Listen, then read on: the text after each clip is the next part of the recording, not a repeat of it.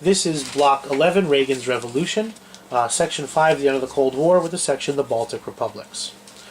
The USSR is an acronym. It's an acronym for the Union of Soviet Socialist Republics. Republics.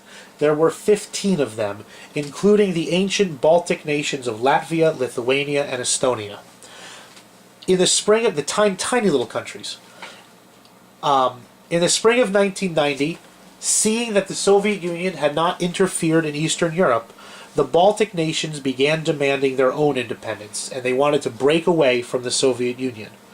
Gorbachev, again to his credit, indicated that the Soviet government would not stop the Baltic republics from leaving the USSR, and so in May of 1990, Latvia, Lithuania, and Estonia all regained their independence.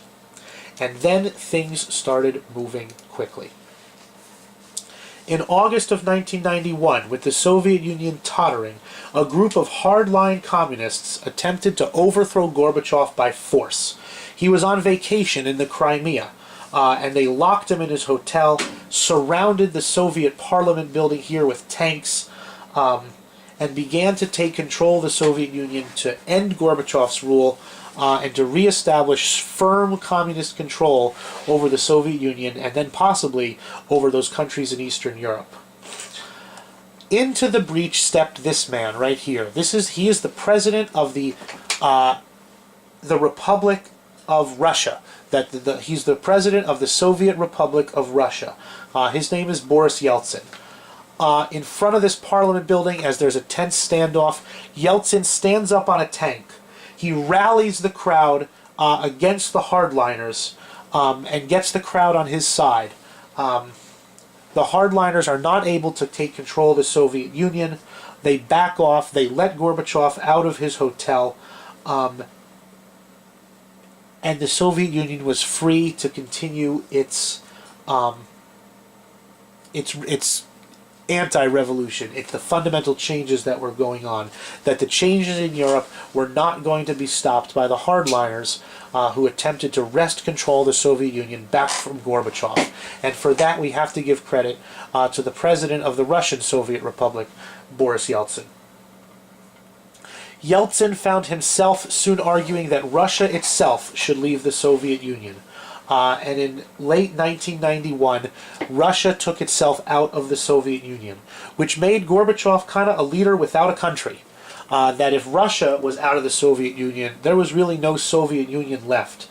So in September of 1991, Gorbachev resigned the presidency of the Soviet Union, and nobody bothered to replace him because the Soviet Union had ceased to exist.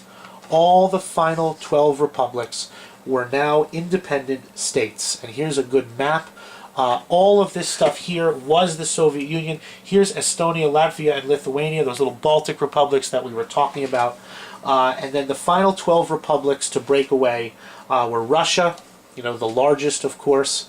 That's the nation of Russia today, of course. Belarus, the Ukraine, Moldova, Georgia, Armenia, Azerbaijan, Kazakhstan, Turkmenistan, Uzbekistan, Kyrgyzstan, and Tajikistan declared their own independence. Most of them called for free elections, a capitalist economy, and civil rights. In December, Gorbachev completed the whole thing. He resigned the final vestiges of his power over a nation that no longer existed. He resigned the final offices of what had been the Soviet Union. And just like that, in seemingly the blink of an eye, communism's 74-year grip on Russia was over.